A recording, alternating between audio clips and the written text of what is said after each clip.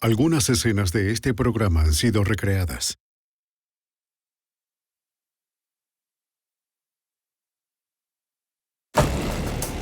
En 1988, bandas violentas de motociclistas llegan a un pequeño pueblo de Ohio. Y sin aviso ocurre un brutal asesinato. Cuando la policía se da cuenta de que esta banda podría estar involucrada, pide ayuda a los expertos en crimen organizado del FBI. La banda parece impenetrable, pero los investigadores están decididos a entrar y encontrar a los asesinos. La evidencia se acumula, no hay sospechosos evidentes. Asesino en serie fugitivo. Ted Kaczynski es arrestado. Fugitivo aún prófugo.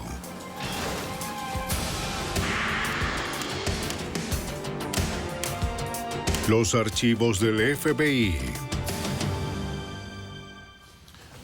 Cuando las bandas se enfrentan, no les importa quién pueda estar en medio. En 1988, un hombre inocente fue baleado cerca de Cleveland, Ohio, víctima de una iniciación mortal. Soy Jim Castron, exdirector del FBI en Nueva York. El FBI necesitaba infiltrarse en el violento y secreto mundo de la banda. Esperaban que las innovaciones en ciencia forense les ayudaran a encerrar a los asesinos. La iniciación.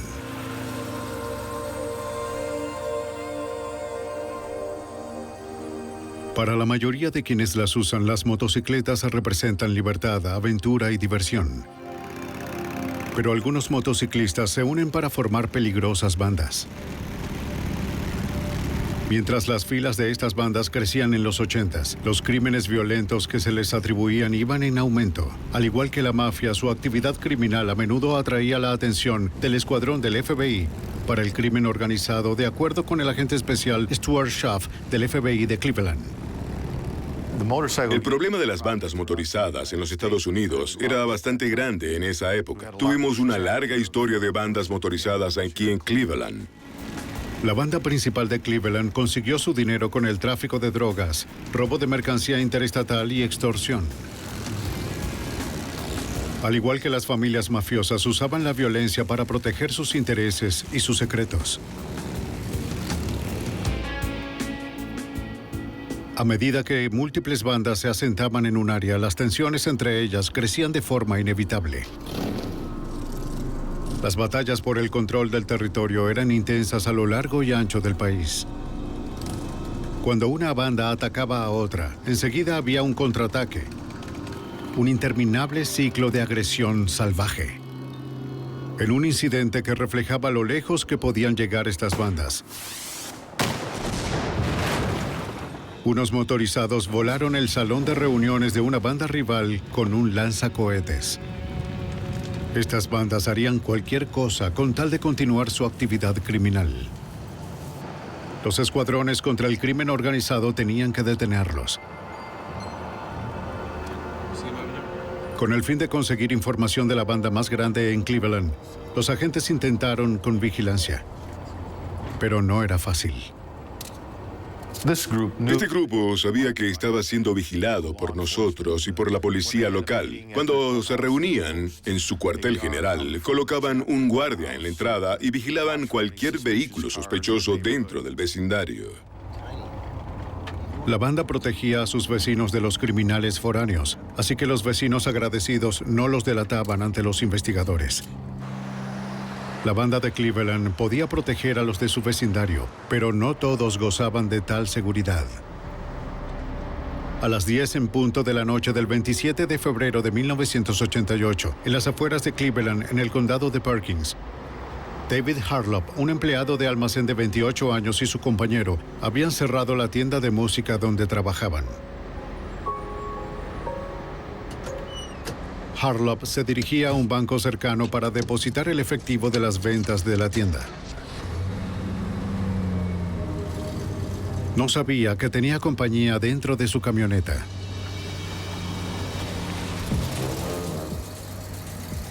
O que lo estaban siguiendo. Por seguridad, su colega siempre lo seguía hasta el banco, el cual quedaba a menos de 2 kilómetros.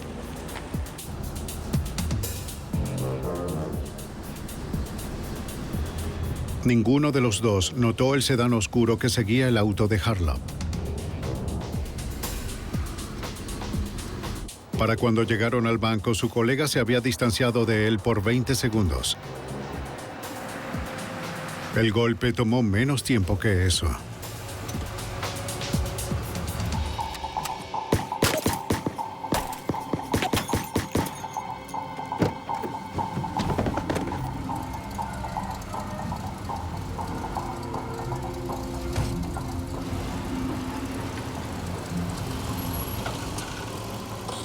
Cuando su colega lo alcanzó, pudo ver la camioneta irse. Vio a su amigo en el piso, pero un hombre le ordenó marcharse a punta de pistola. Otros clientes llegaron para usar el cajero automático, pero les apuntaron con un arma para que permanecieran en sus autos. Entonces el pistolero huyó corriendo, dejando a David Harlow tirado en el asfalto.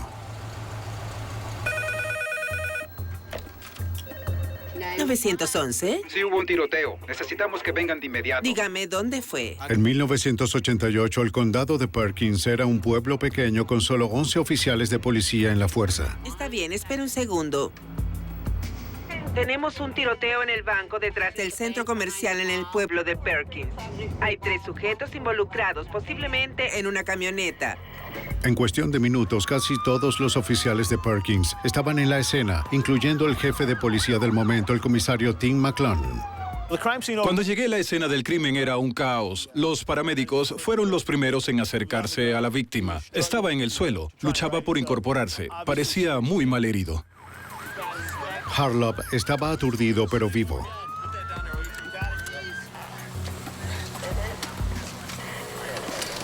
Las numerosas heridas de entrada y salida y la enorme pérdida de sangre impactaron a los paramédicos. Ninguno de ellos había manejado este nivel de heridas por arma de fuego antes.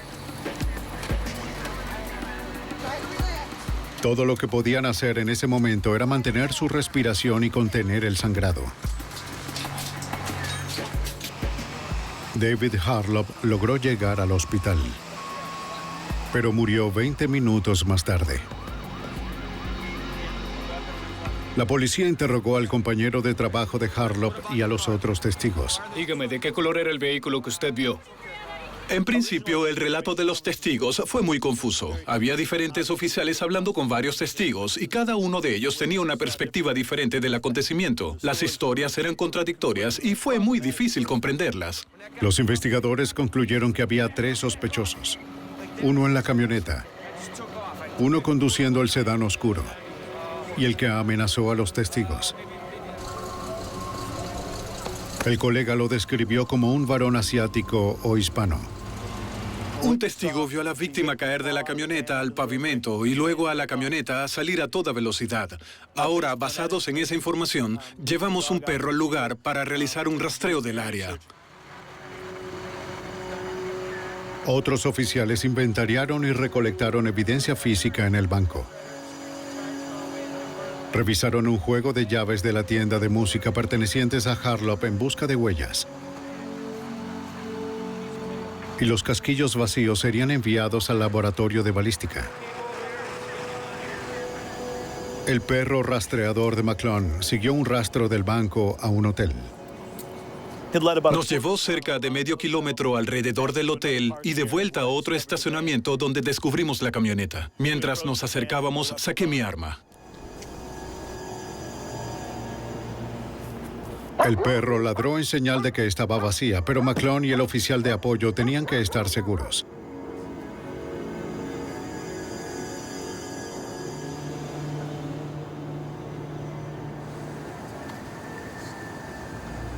No había nadie adentro. Los oficiales sabían que no debían alterar ninguna evidencia en su interior, así que esperaron a que llegaran los técnicos forenses. No tenemos certeza si el sospechoso se encontraba en el área. Hasta donde sabemos, podría estar en un árbol. Los técnicos comenzaron a procesar la segunda escena del crimen para determinar lo que había sucedido. Algunos disparos penetraron a la víctima desde atrás del asiento del conductor y salieron por la puerta del vehículo. La teoría es que fue emboscado dentro del vehículo y que el asesino estaba sentado en el asiento trasero. Los técnicos notaron grandes salpicaduras de sangre encima y alrededor del asiento delantero. Recolectaron muestras de cada charco de sangre para enviarlos al laboratorio de serología.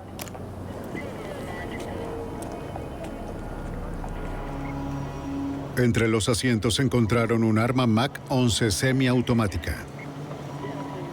Por el tipo de arma que recuperamos, pensamos que estos no eran los típicos sujetos que se juntaron una noche para robar a alguien en un cajero, puesto que no es la clase de arma que sueles encontrar en un pequeño pueblo del Medio Oeste.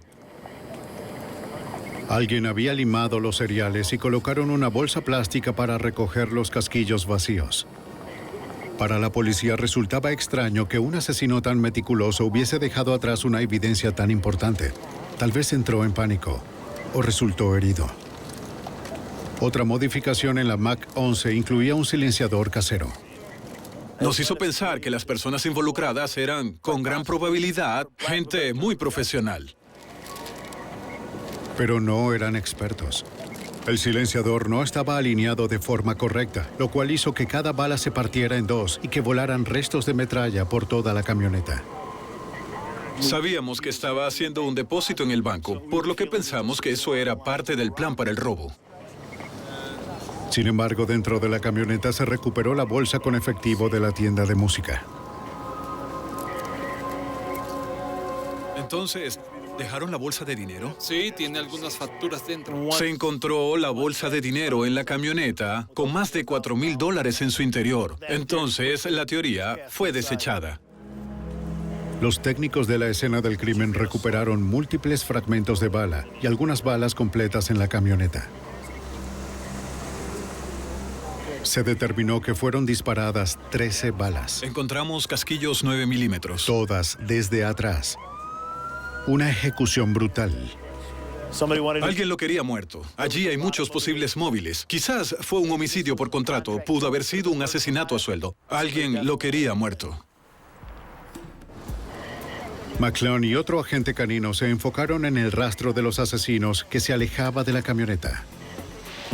Pero ninguno de los perros pudo olfatear nada preciso. Como agente canino, mi trabajo es interpretar lo que el perro intenta decirnos. Y en mi opinión, el perro intentaba decirnos que los asesinos huyeron en un vehículo. Mientras algunos agentes terminaban con la escena del crimen, otros se desplegaron por el condado buscando a 3 hombres en un sedán oscuro.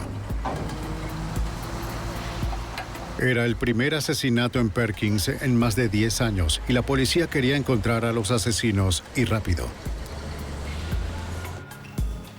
La mañana siguiente, muy temprano, en el vecino pueblo de Sandusky, 2 oficiales regresaban a la estación de policía en medio de lo que creían era una guardia rutinaria.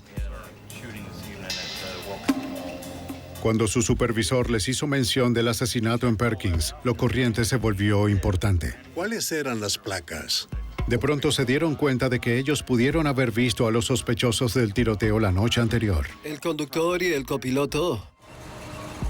Horas antes, los 2 oficiales habían detenido un sedán oscuro por hacer un giro no permitido en una luz roja.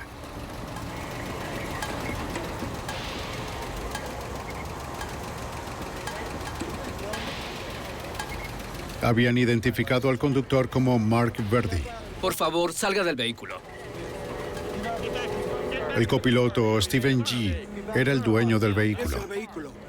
Ambos hombres vivían en las afueras de Cleveland. Los oficiales notaron que G. llevaba un cinturón con la insignia de la banda motorizada de Cleveland y un cuchillo de caza, aunque eso no era ilegal. Ese es un cuchillo bastante grande, señor G. ¿Para qué lo usa? El tercer hombre estaba en el asiento trasero, pero en ese momento no tenían motivo para revisar su identificación. Los oficiales buscaron información sobre G. y Verdi. Todo estaba en orden. Como no tenían conocimiento del tiroteo, dejaron ir a los 3 hombres.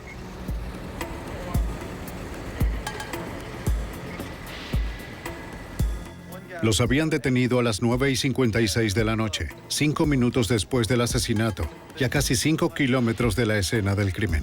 ¿Qué dijo sobre Los oficiales afirmaron que tanto el copiloto Stephen G. como el vehículo encajaban casi a la perfección con las descripciones dadas por los testigos en el banco. Los policías de Sandusky de inmediato alertaron a sus colegas en Perkins, frustrados porque los asesinos pudieran haber escapado debido a una falla en la comunicación. Comisario, le habla el teniente Fraduccia. Para ese momento, las comisarías de Perkins y Sandusky tenían jurisdicción limítrofe y operaban en 2 frecuencias policiales diferentes. El oficial no tenía idea de que acababa de ocurrir un tiroteo. La insignia en el cinturón fue una clave importante. La policía sabía que cualquiera que llevara la insignia de una banda era un miembro en casi todos los casos. Si atrapaban a alguien usándola sin ser miembro, era castigado de forma violenta o asesinado. Ahora los investigadores tenían los nombres de los sospechosos, pero si una banda estaba involucrada, resolver el crimen sería casi imposible. La investigación de bandas criminales de motociclistas es muy particular. Ellos no cuentan sus secretos. De hecho, una de las bandas tiene un dicho que dice que 3 personas pueden guardar un secreto si 2 de ellas están muertas.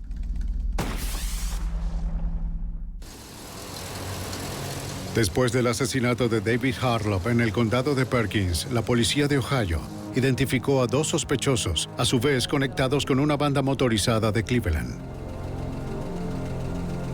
Al conocer que las autoridades federales estaban investigando esta banda como una organización sospechosa de actividades criminales, los oficiales locales llamaron al agente especial Charles Holloway en la oficina regional del FBI en Sandusky. Sí. El Departamento de Policía de Perkins contactó al FBI para ver si estábamos en condiciones de darles cualquier información de inteligencia relacionada con los 2 individuos que fueron identificados durante la inspección de tráfico. Holloway sabía que la mejor fuente de información en Cleveland era el agente especial Stuart Schaff, el jefe de investigación de bandas de motociclistas en el área. Schaff había estado intentando construir un archivo sobre las actividades de la banda en Cleveland. Era muy difícil investigar a un grupo como ese. Trabajamos durante mucho tiempo para obtener más información sobre ellos, desarrollar información de inteligencia y reunir todo un caso que los dejase fuera de combate por un largo tiempo. No habían logrado infiltrar informantes a la banda, pero los agentes encubiertos se habían acercado lo suficiente como para entender los detalles de su funcionamiento. Los futuros miembros llamados prospectos usaban insignias en sus chaquetas con los nombres de las ciudades dominadas por la banda. Los miembros titulares usaban chaquetas con parches de color que los identificaban. En el proceso de iniciación, los prospectos debían pagar un precio para ganar sus propios colores.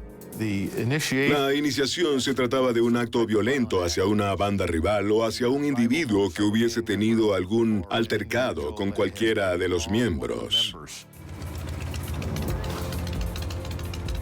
El acto violento estaba en parte diseñado para descubrir cualquier agente encubierto que intentara infiltrarse, ya que ningún oficial de la ley cometería un crimen así. Durante su investigación, los agentes del FBI lograron dar con muchos de los involucrados en la banda, incluyendo a los 2 hombres identificados durante la inspección de tráfico en Sandusky la noche del asesinato de Harlow. El agente especial Schaff sabía que el pasajero Stephen G. era un miembro integral de la banda y que el conductor Mark Verdi era un prospecto. El tercer hombre era un misterio, pero los agentes estaban seguros de que también estaba ligado a la banda de Cleveland. Los investigadores estaban al tanto de una banda rival que tenía su cuartel general en Sandusky. Estaban involucrados. Ayer en Sandusky, La rivalidad entre las 2 bandas había ido en aumento y recientemente había escalado a un nuevo nivel. Unos meses antes, los agentes habían oído acerca de un incidente en un bar. Las bandas rivales coincidieron en el mismo lugar y cada una reclamaba el control del territorio. Los motociclistas consideran sus colores como sagrados. Un miembro de la banda rival consiguió un preciado trofeo: la chaqueta de uno de los motorizados de Cleveland.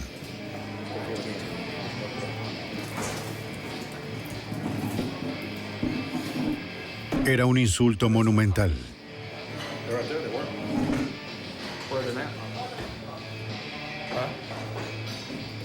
Las acusaciones volaron. Oye, amigo, ¿viste mi chaqueta? Y nadie iba a echarse para atrás. ¿Qué chaqueta? La que estaba sobre esa silla hace unos minutos. No vi ninguna chaqueta, amigo. Teníamos una chaqueta justo aquí sobre ¿Dónde la está tu silla. compañero? ¿Qué compañero? El delgado. Habíamos solo dos aquí sujeto sentados.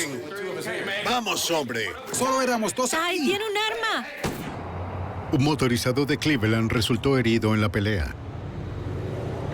Los agentes tenían a un informante confidencial asociado con la banda. Él les dijo que después de la pelea estuvo en una fiesta donde la banda de Cleveland había comentado el incidente. Ellos buscaban vengarse. Nos dispararon.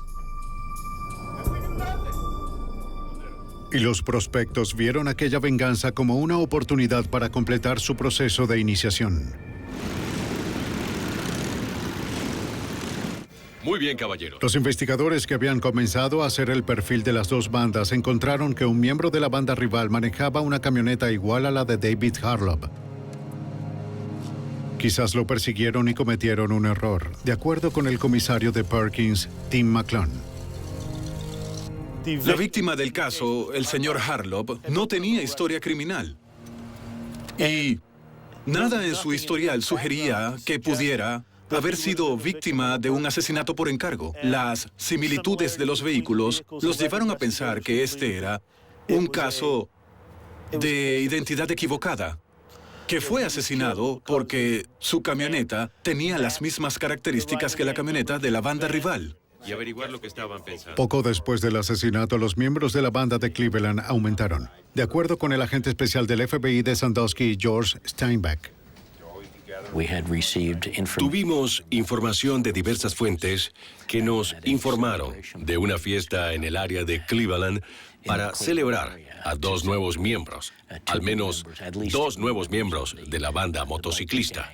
Esto indicaría que ellos se habían convertido en miembros plenos como resultado de haber cometido un horrible crimen. Debido a la fuerte posibilidad de que la banda estuviese involucrada, el fiscal general asistente Jim Woolley y la Fuerza de Choque contra el Crimen Organizado de Cleveland fueron convocados. Todavía había algunos temas pendientes desde el punto de vista legal, incluyendo ir a los juzgados y buscar órdenes de cateo. Así que tan pronto como se hizo claro que estábamos frente a un posible golpe de una banda motorizada, trajimos a la Fuerza de Choque contra el crimen organizado para trabajar con el FBI y con el Departamento de Policía para ayudar a coordinar la investigación. La Fuerza de Choque tenía una teoría sobre el motivo y los nombres de dos de los tres sospechosos, Stephen G. y Mark Verdi. Necesitaban identificar al tercero y encontrar la evidencia que sacara a los asesinos de circulación. En Ohio, el FBI creía que una banda motorizada de Cleveland estaba detrás de un brutal asesinato por identidad equivocada. Identificaron a dos de los sospechosos como Stephen G. y Mark Verdi. El FBI los mantuvo bajo una ligera supervisión mientras continuaban con la investigación. El agente especial Charles Holloway estaba intentando identificar al tercer sospechoso, así que buscó ayuda con el experto Stuart Shaw. El agente especial Shaw nos entregó información sobre los antecedentes de G y de Verdi. Además, nos trajo tres nombres que podían ser o bien miembros o prospectos de esta banda motorizada, porque, según él, uno de ellos podía ser la tercera persona en el vehículo. Los investigadores necesitaban interrogar a estos tres hombres. Somos del FBI y quisiéramos... Los dos primeros motociclistas tenían sólidas coartadas para la noche del asesinato. Sus historias fueron confirmadas por fuentes cercanas, así que fueron eliminados como sospechosos. De acuerdo. Muchas gracias. Pero el único que no habían podido ubicar en la lista era John Ray Bonds. Él encajaba con la descripción del hombre en el asiento trasero durante la inspección de tráfico. Los agentes del FBI en Cleveland entrevistaron a varios miembros de su familia y lo que ellos dijeron fue que John se había ido de vacaciones por 2 semanas. Su abuelo nos indicó que en ese tiempo John estaba usando un cabestrillo en su brazo y les dijo a ellos, a su abuelo y a su madre, que se había lastimado el brazo en el trabajo. Nadie en la familia sabía con exactitud en dónde Bonds estaba pasando las vacaciones. Mientras el FBI de Cleveland continuaba en la búsqueda de Bonds, el Departamento de Policía del cercano vecindario de East Lake entregó información importante sobre el sospechoso Mark Verdi, el conductor durante la inspección de tráfico. El detective Bob Jaxa investigó la pista. Un investigador de fraude de un banco local nos contactó y nos dijo que estaba investigando a Mark Verdi por un caso de fraude donde él había tomado un préstamo por varios miles de dólares, había usado una fianza de $10,000 para obtener el préstamo y terminó robándole a un amigo suyo y el dinero sobrante. Igual que otros investigadores del área, Jaxa estaba en conocimiento del asesinato de Harlop. Él sabía que Verdi era un sospechoso y que el FBI necesitaba más evidencia sobre él.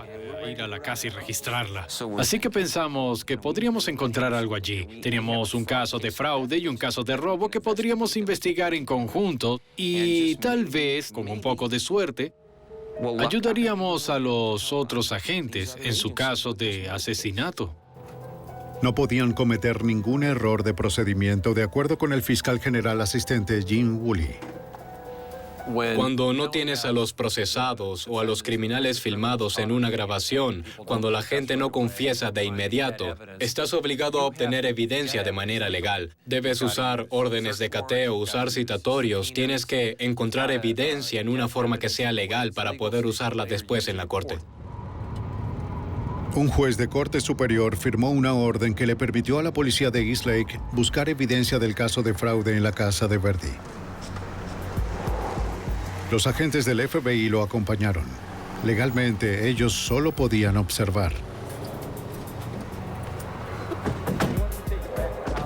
Fuimos allí a buscar los documentos bancarios y para ver si había algo más que pudiera usarse como evidencia o que tuviese algo que ver con el caso del condado de Perkins.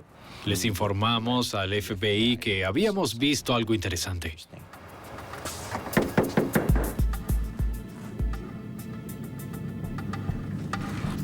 Señora Verdi. Sí. Detective Jaska de la Policía Estatal, detective Borges. Tenemos una orden de El sospechoso no se encontraba en la casa, pero su esposa cooperó con la policía. ¿Le importa si pasamos? Cuando le mostraron la orden y le explicaron sus derechos, ella los dejó entrar. Sammy, ¿por qué no das una vuelta y aseguras el perímetro? Pero el nombre en la orden era el de Mark Verdi, así que decidieron esperar. Ellos no querían hacer algo que pusiera en riesgo el uso de la evidencia en un juicio futuro. Luego de 1 hora y media, Mark Verdi regresó a la casa. ¿Qué lo puedo ayudar? Sí, yo soy Mark. ¿Usted es Mark? Sí. ¿Mark Verdi? Yo soy. Bobby.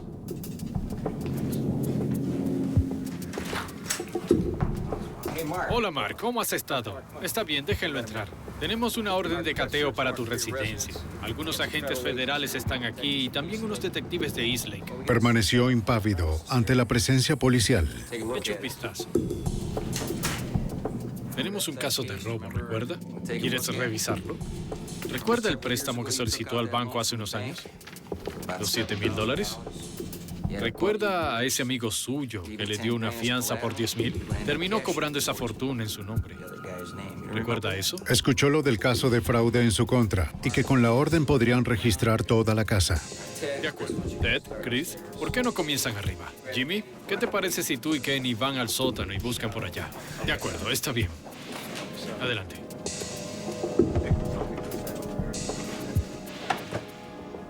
Arriba, la búsqueda pronto dio resultados cuando los agentes encontraron unos papeles relacionados con el supuesto fraude bancario. Y lo que es más importante, también descubrieron varios objetos que podrían ayudar al FBI con el asesinato de Harlow. ¿Una máscara de esquí? Hallamos un portafolio y cuando lo abrimos encontramos una máscara en su interior, además de unos guantes, y el afilador estaba allí, así como algunos restos de metal.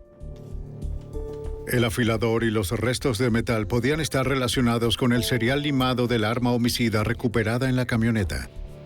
¿Ves este mapa? ¿Puedes ver este mapa? Este es de donde obtuvo todas las cosas. Mientras buscábamos, vimos este mapa doblado de una manera inusual. Lo abrimos y allí podía ver toda el área de Sandusky, Perkins, resaltada y enmarcada. El asesinato había tenido lugar en el condado de Perkins y Verdi había sido detenido en el condado vecino de Sandusky. El mapa del área de Sandusky doblado. Era el momento para que el agente especial Stuart Schaff y sus colegas asumieran un papel distinto al de meros observadores. Regreso en un minuto. Decidimos obtener una orden de cateo federal y lo hicimos esperando en la residencia mientras algunos agentes iban a la oficina en busca de la declaración jurada y de la orden.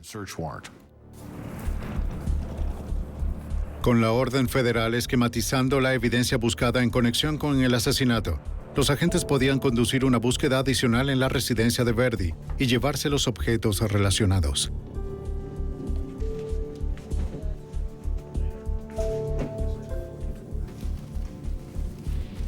No les llevó mucho tiempo encontrar más evidencia incriminatoria, incluyendo una pistola semiautomática MAC-11, del mismo modelo que el arma homicida. Los cereales también habían sido limados del mismo modo que los del arma usada por el asesino. Ninguna ronda. Está limpia. Bien. También hallamos un revólver en el gabinete. Encontramos bolsas de basura de un material similar al usado en la bolsa colectora de los cartuchos provisional de MAC-11 que fue usada en el homicidio. Con la causa probable en aumento, los agentes procuraron una tercera orden, esta vez para el vehículo que Mark Verdi condujo la noche del asesinato. En el garaje del edificio federal de Cleveland, los técnicos del FBI procesaban el auto del sospechoso Stephen G. Aunque habían transcurrido 2 semanas desde el asesinato para el agente especial Holloway, el auto aún contenía evidencia. Durante el procesamiento, localizamos 2 casquillos 9 milímetros en el interior del vehículo. El calibre 9 milímetros era el específico para ser usado en un arma tipo MAC-11. Los agentes enviaron los casquillos al laboratorio de balística del FBI para ser comparados con los del arma homicida. Algunos cabellos. Los técnicos también hallaron algunas muestras de cabello en el asiento trasero del vehículo. Y encontramos salpicaduras de lo que se determinó como sangre humana en la parte de atrás del asiento del copiloto. Al diluir la sangre en agua destilada, los técnicos obtuvieron algunas muestras. Se preguntaban si la sangre habría llegado allí la noche del tiroteo. Claro que sí. Los análisis demostrarían que no era el mismo tipo de sangre de la víctima. Tal vez era del asesino. Los investigadores recordaron que las balas habían sido partidas en 2 por el silenciador defectuoso. Quizás habían herido al tirador.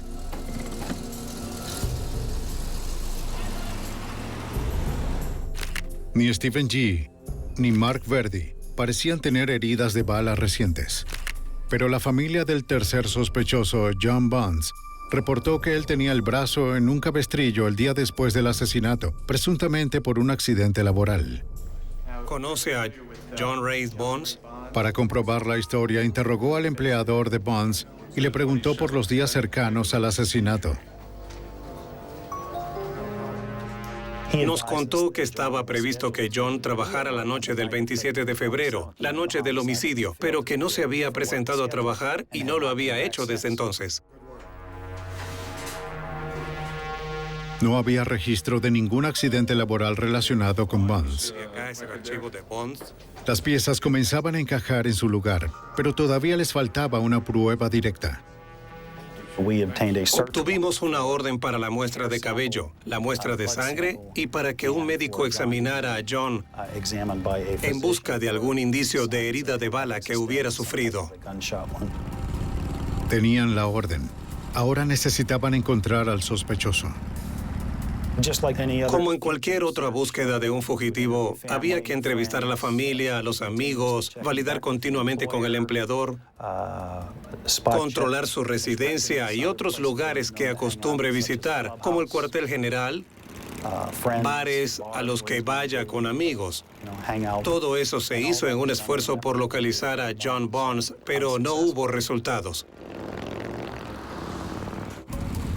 En 1988, las autoridades de Ohio buscaban a John Ray Bonds, quien había dejado el área después de un asesinato en el condado de Perkins.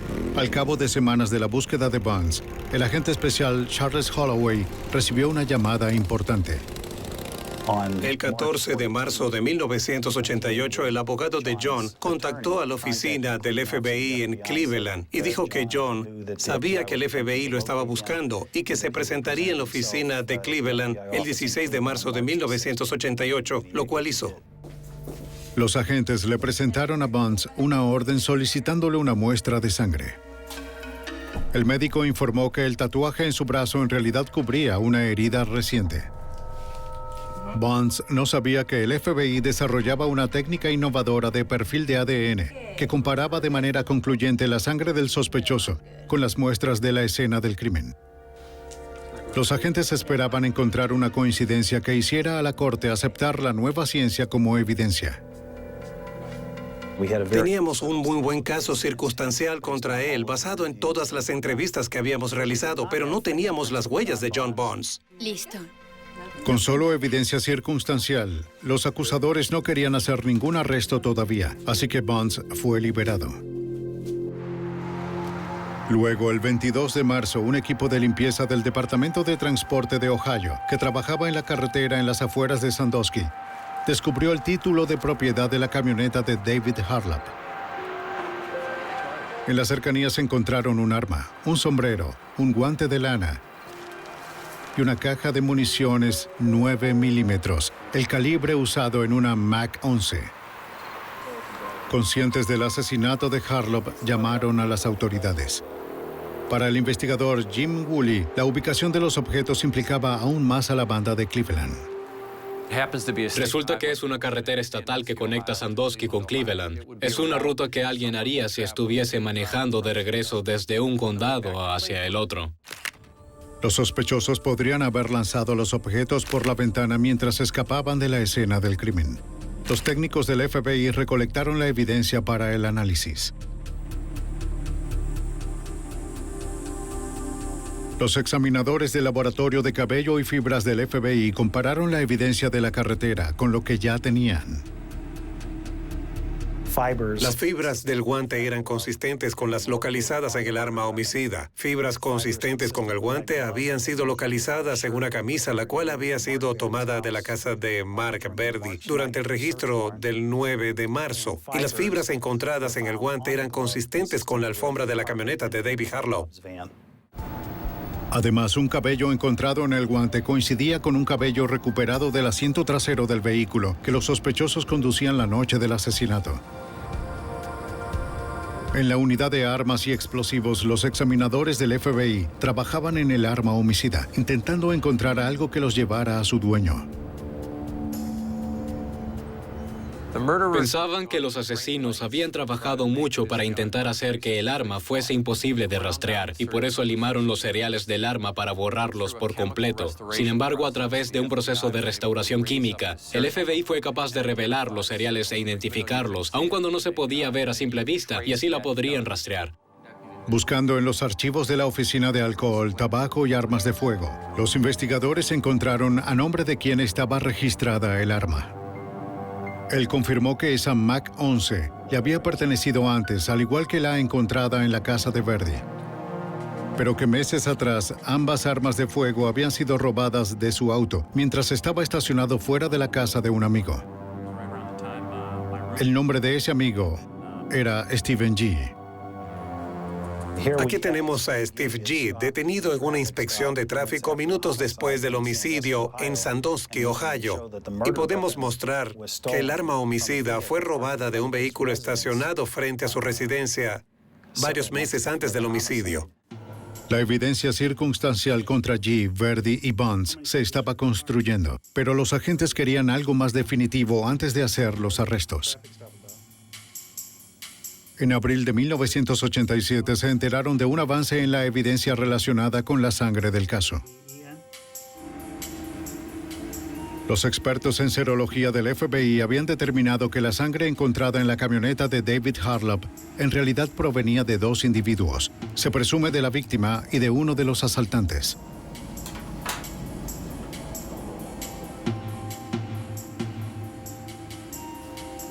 Los examinadores compararon la sangre de la camioneta de la víctima con la encontrada en el vehículo del sospechoso. Los resultados llegaron y nos dijeron que la sangre recuperada en el vehículo de Steve G. coincidía con la que se había recuperado en el vehículo de Harlop. La coincidencia era solo a nivel del tipo de sangre. Sin embargo, significaba que el hombre en el asiento de atrás, en la inspección de tráfico, era el posible asesino en la camioneta. Esperaban que la técnica revolucionaria del ADN que estaban desarrollando les diese una aproximación molecular más exacta. Yo leí un artículo en una de las publicaciones del FBI que decía que el FBI estaba formando su unidad de ADN y que estaban llevando a cabo investigaciones en el área, debido a que teníamos sangre en nuestro caso, la cual pensábamos que podíamos comparar con la de un sospechoso. Me puse en contacto con el jefe de sección que estaba a cargo de esa unidad y hablé con él acerca de la posibilidad de que hiciera un análisis de ADN en este caso. En el laboratorio del FBI en 1988, los examinadores como el mayor científico Dr. Bruce Bodoli estaban todavía probando la técnica avanzada de perfil forense del ADN. El ADN tiene el esquema de lo que eres, de lo que soy, de lo que son todos los seres vivientes, así que si podíamos sacar provecho de ese esquema, podríamos aprovechar algún tipo de información que nos llevara a identificar a los sospechosos. Los examinadores estaban trabajando en establecer una manera científicamente práctica de hacer un perfil de ADN de una fuente conocida, como la sangre de un sospechoso, y compararla con el ADN de una fuente desconocida, como la sangre dejada en la escena de un crimen. Y generamos un perfil que luce como un código de barras. Luego comparamos ese código con otro código y si esos códigos de barra comparten el mismo patrón, entonces podrían provenir de la misma fuente. A principios de 1989, luego de años de pruebas de control de calidad, los examinadores creían que estaban listos para usar la ciencia en las cortes federales. El caso Harlop sería el primero.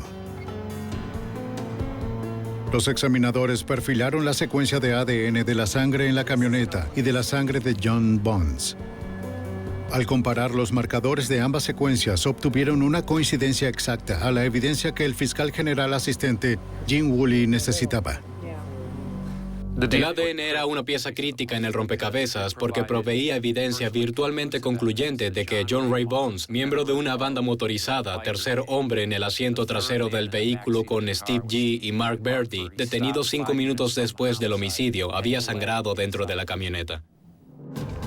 El 7 de marzo de 1989, más de un año después del asesinato, era momento de traer a los asesinos. Horas antes del amanecer, los equipos SWAT se preparaban para la aprehensión simultánea de los 3 sospechosos. Ellos sabían que era mucho más seguro capturarlos mientras aún dormían.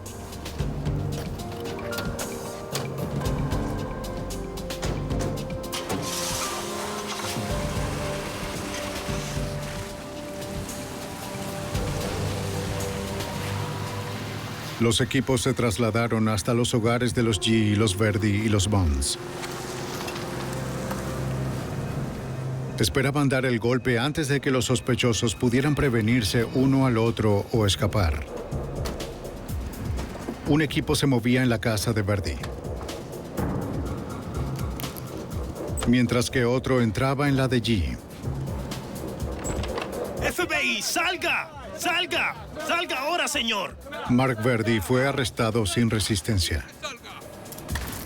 ¿Hay alguien adentro? No. Al mismo tiempo, a 32 kilómetros de allí, su compañero de banda, Stephen G., también era llevado en custodia. Pero el tercer sospechoso, John Ray Bonds, no estaba en casa. Ni tampoco con otros miembros de su familia. El hombre que los investigadores creían un asesino despiadado, de nuevo se había dado a la fuga.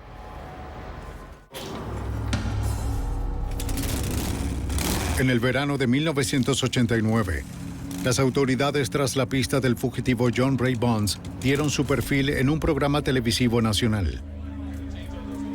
En el programa describieron a Bonds, sus peculiares tatuajes y los lugares que frecuentaba, esperando que alguien en algún lugar reconociera al sospechoso de asesinato. La tarde del 8 de noviembre de 1989, el propietario de un bar de Paducah, Kentucky, reconoció a Bonds. Él recordó los tatuajes en las manos del fugitivo que vio en el programa de televisión y se arriesgó.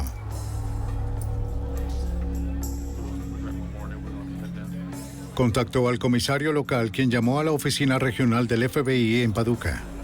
Ellos estaban listos para arrestar a Bonds, pero debían ser cautelosos, de acuerdo con el agente especial Stuart Schaff. Pensaban que si entraban al bar podría haber problemas, porque habían muchos otros motociclistas dentro y no querían ningún tipo de confrontación. Pensaban que sería mucho más seguro montar una especie de alcabala de carretera. El FBI, la Policía Estatal de Kentucky y oficiales locales elaboraron un falso accidente de tráfico en un camino que conducía del bar hasta un conocido cuartel general de motorizados de la zona. Cuando Bonds y otro miembro de la banda dejaron el bar, los agentes los siguieron. Como lo esperaban, el par se dirigía hacia el cuartel general cuando se encontraron con el camino bloqueado. Oiga, tenemos una ligera perturbación más Un adelante. patrullero les indicó que continuaran. No te preocupes, actúa. Y algunos policías encubiertos se incorporaron detrás de ellos. Aunque él no lo sabía, Bonds estaba rodeado. ¡Salgan del vehículo! ¡Salgan del vehículo ahora! ¡Fuera del vehículo! ¡Vamos! ¡Manos arriba! ¡Manos arriba! ¡Manos arriba, dije! Casi 2 años después del asesinato de David Harlap, John Ray Bonds estaba por fin en custodia. Ahora, él y los otros 2 sospechosos, Stephen G. y Mark Verdi, irían a juicio por el homicidio. El mayor científico del FBI, Dr. Bruce Bodoli, tenía que ayudar a convencer a los jueces federales de que la evidencia del ADN debía ser admitida en el juicio. Al ser introducidas en la corte, estas nuevas tecnologías no serán aceptadas con facilidad, así que yo tenía la responsabilidad de defender la tecnología para demostrar que llenaban los estándares científicos para ser admitidas en toda la corte. Luego de meses de audiencias, el fiscal general asistente John Woolley logró que la evidencia obtenida con el ADN fuese admitida. Esta prueba, más el resto de la evidencia, le dio más confianza para ir al juicio. Este es un caso en el que cada pieza de evidencia se recolectó y procesó a través del análisis forense, análisis de balística, análisis serológico, químico, de cabellos y de fibras, análisis del ADN y la restauración de los cereales. Así, empiezas a construir todas esas cosas, una sobre otra, y, en realidad, al abogado defensor le quedó muy poco que decir cuando se encontró frente a un caso como este. Stephen G., Mark Verdi y John Bonds fueron todos encontrados culpables de asesinato y sentenciados de por vida. Una investigación implacable puso a 3 asesinos tras las rejas y ayudó a abrir las puertas para una tecnología forense que ha cambiado la investigación criminal para siempre.